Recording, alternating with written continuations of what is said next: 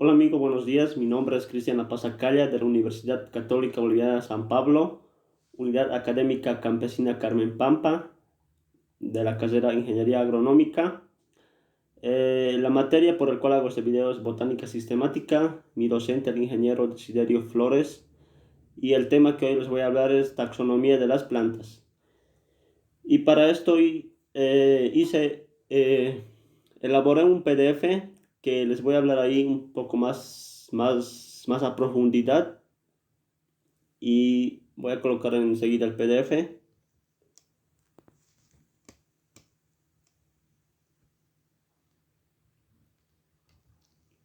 Bien, taxonomía de las plantas.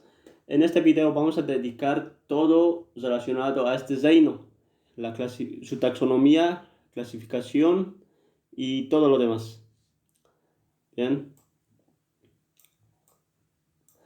El reino de las plantas está formado por organismos eucariotas pluricelulares, con sus células organizadas en tejidos y con nutrición autótrofa mediante la fotosíntesis, es decir, que fabrican su propia materia orgánica a partir de materia inorgánica simple, la cual obtienen del medio y a partir de la energía luminosa del sol. Sus células presentan la típica estructura vegetal, es decir, presentan cloroplastos en la cual realizan la fotosíntesis y presentan también la pared celular de celulosa externa a la membrana plasmática, que les aporta rigidez y resistencia, pero que impide el movimiento celular. Y es que las plantas no se desplazan, sino que se encuentran fijas al sustrato.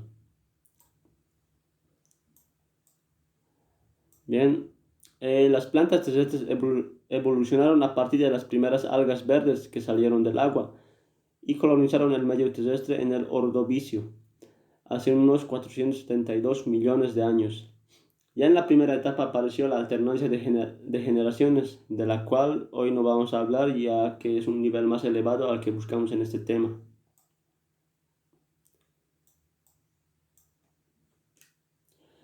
Para adaptarse al medio terrestre, estos primeros vegetales tuvieron que desarrollar una cutícula que les protegiera de la desecación.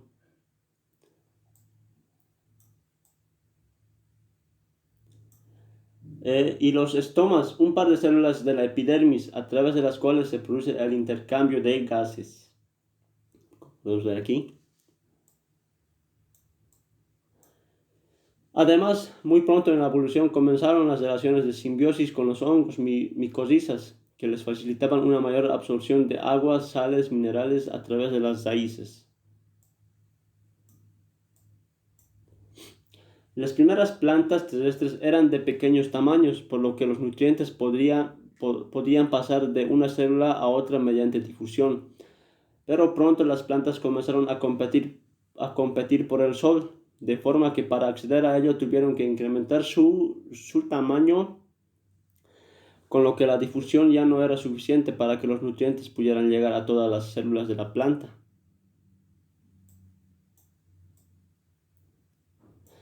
Por eso, hace unos 420 millones de años se produjo un salto evolutivo, consistente en el desarrollo de vasos conductores, los cuales unían la raíz en la que se absorbía agua, sales minerales del suelo con las hojas, en las que se realizaba la fotosíntesis.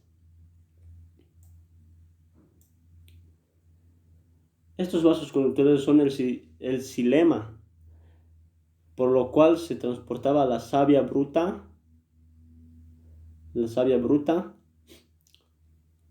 es decir, el agua y los sales minerales desde la raíz hasta las hojas, y el fluema, que transportaba la savia elaborada, es decir, los nutrientes producidos gracias a la fotosíntesis desde las hojas hasta el resto de la planta. Así se originó el primer criterio que nos permite clasificar el reino de las plantas, que es la ausencia de vasos conductores. En las plantas, o la presencia de dichos vasos conductores en las plantas vasculares.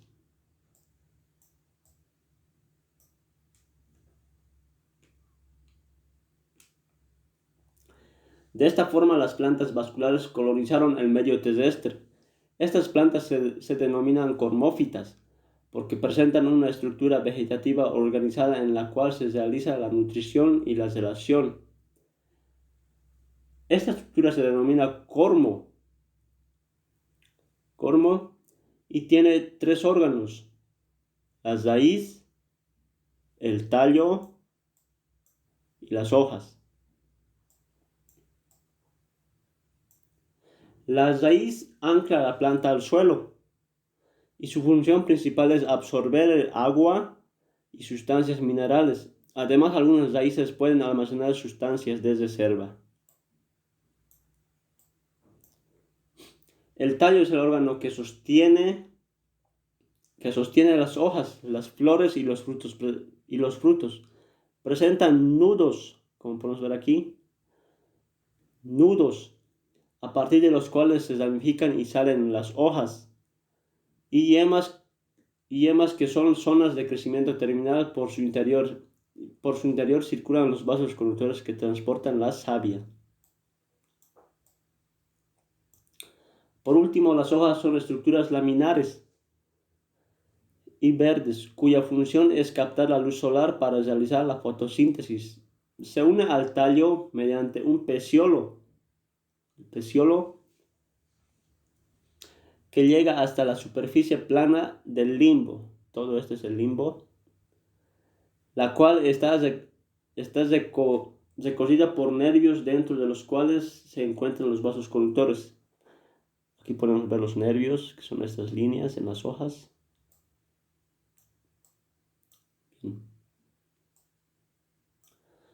En función de la estructura del tallo, podemos clasificarlo de acuerdo a su porte.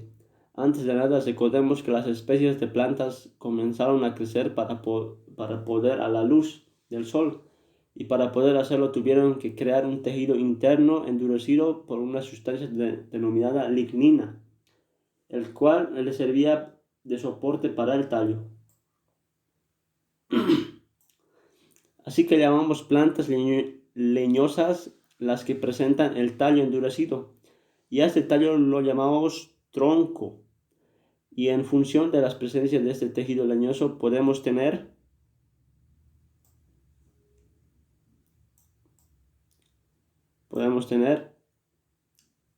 hierbas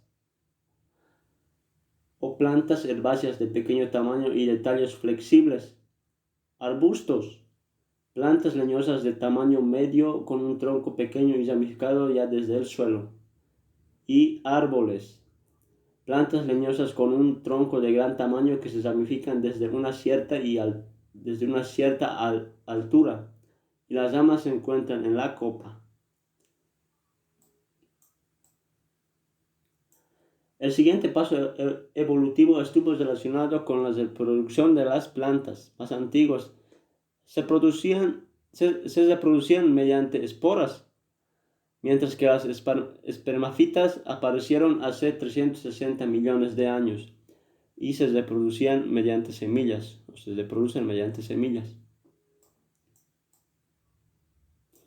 Una espora es una célula reproductora que está protegida por unas cubiertas, las cuales le permiten permanecer en un estado de latencia hasta que consigan llegar a un medio adecuado donde puedan desarrollarse. Podemos ver aquí las esporas que están cayendo al suelo.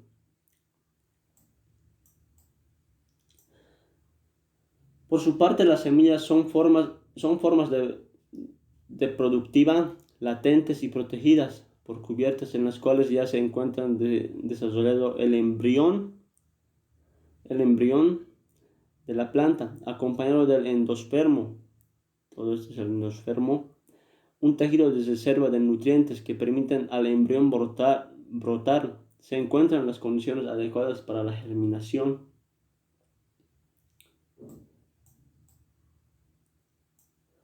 Es decir, si queda enterrada en un terreno con humedad suficiente. El último salto evolutivo que utilizaremos en la clasificación de las plantas es la aparición del fruto, que no es más una forma de proteger a la semilla madura y facilitar su dispersión.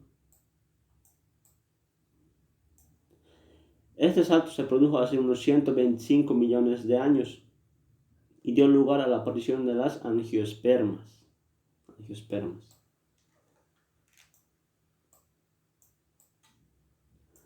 El fruto proviene del desarrollo de los tejidos que le protegen al óvulo dentro de la flor. En las angiospermas se produce una doble fecundación.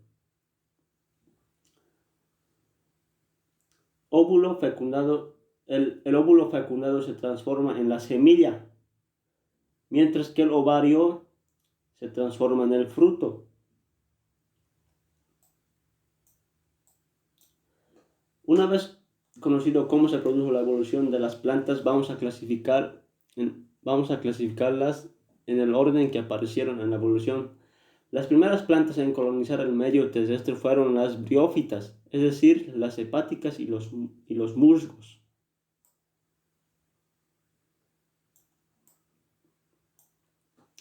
Son plantas muy simples, sin vasos conductores, ni flores ni frutos.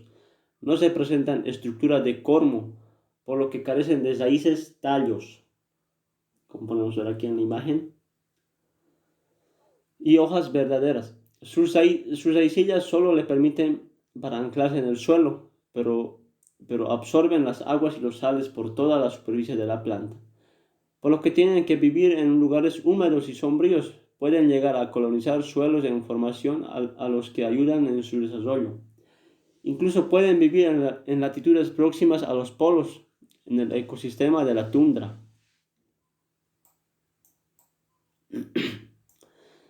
Las hojitas realizan la fotosíntesis y se distribuyen helicoidalmente alrededor de un falso tallo denominado cauloide. Los musgos no presentan flores, ya que se reproducen mediante esporas, los cuales permanecen en una cápsula al final de un largo filamento. Cuando se abre la cofia que tapa la cápsula, se liberan las esporas. A continuación aparecieron los primeros cormófitos, que fueron los pteridófitos o helechos y colas de caballo.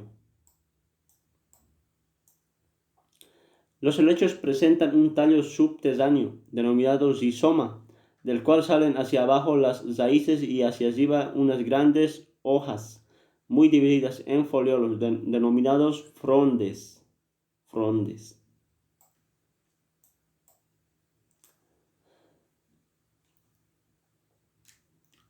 Estas hojas tienen un crecimiento circinado, es decir, que crecen a partir de un pequeño fronde desarrollado en espiral. Los helechos se reproducen mediante esporas.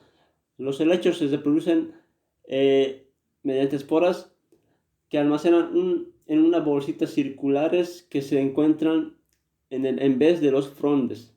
Estos esporangios se denominan soros y viven en lugares sombríos y húmedos porque para el desarrollo de la espora dependen del agua.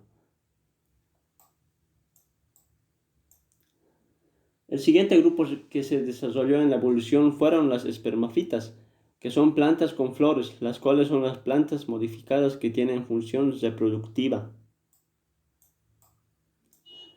Las primeras en aparecer fueron los gimnospermas o coníferas, plantas de porte arbóreo o arbustivo, con hojas en forma de escamas o de aguja, que presentan una inflorescencia sin pétalos ni sépalos y unisexuales. Las flores masculinas presentan los sacos polínicos llenos de polen que se dispersan en el viento, y las flores femeninas presentan brácteas, una cubierta dentro de cuales se encuentran los óvulos. Óvulos desnudos, es decir, que no se hallan dentro de un ovario.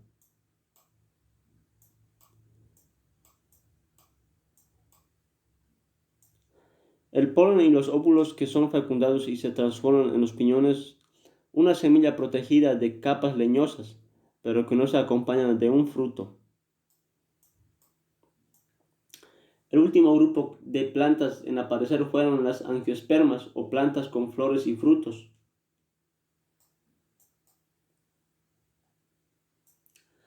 En las flores podemos encontrar los sépalos,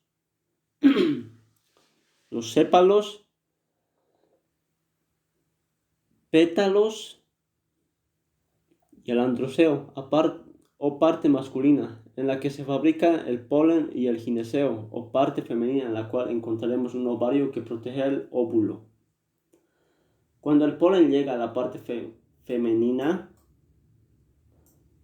una de sus células fecunda al óvulo, originando la semilla, y otro celular fecunda el ovario, que se transforma en el fruto. Las angiospermas se pueden dividir en dos grupos, monocotiledóneas y dicotiledóneas, los cuales se diferencian por la estructura del endospermo, que nutre al embrión cuando germina, y si el endospermo solo tiene una parte denominada cotiledón, tendremos una monocotiledónea. Mientras si el endospermo se divide en dos cotiledones, será una dicotiledónea, pero existe más diferencia entre estos dos grupos. Veámoslas. Las monocotiledóneas presentan una raíz fasciculada, es decir, formada por numerosas raicillas. Aquí podemos ver el ejemplo. Su tallo no suele estar unificada ni presentar crecimiento en grosor, lo que suele ser herbáceas. Las hojas sin peciolo presentan los nervios paralelos entre sí, mientras que las piezas florales se encuentran repetidas 3 veces o en múltiplos de 3. En cuanto a las dicotiledóneas, se presentan una raíz axonomorfa,